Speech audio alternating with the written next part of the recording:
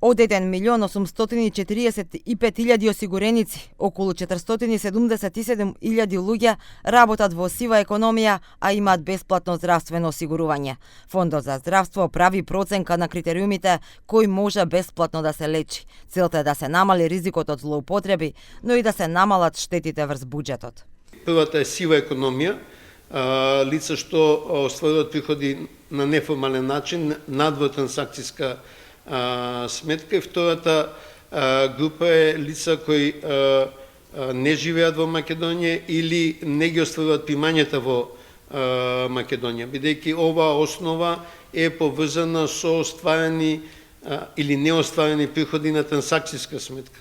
И доколку немате приходи на трансакцијска сметка, се квалификувате да имате бесплатна здравствена заштита. Според Клековски, целта не е да се укине бесплатното здравство, туку да се воспостави фер и праведен основ бесплатна здравствена заштита да има за луѓето кои што навистина немаат приходи, но за оние што остваруваат приходи во сива економија или надвор од Македонија, да се најде начин да се стесни просторот за злоупотреби. Можната штета тука е по две основи.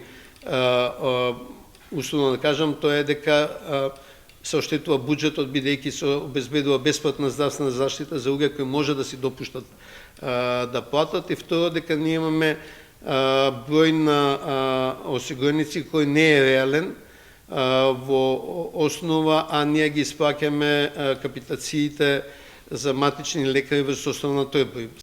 Со одлука на владата во работната група која ги чешла критериумите кој се може да добие бесплатно здравство во земјава, покрај фондот учествуваат и Министерството за здравство, за финансии, Управата за јавни приходи, а по потреба се консултира и Министерството за внатрешни работи.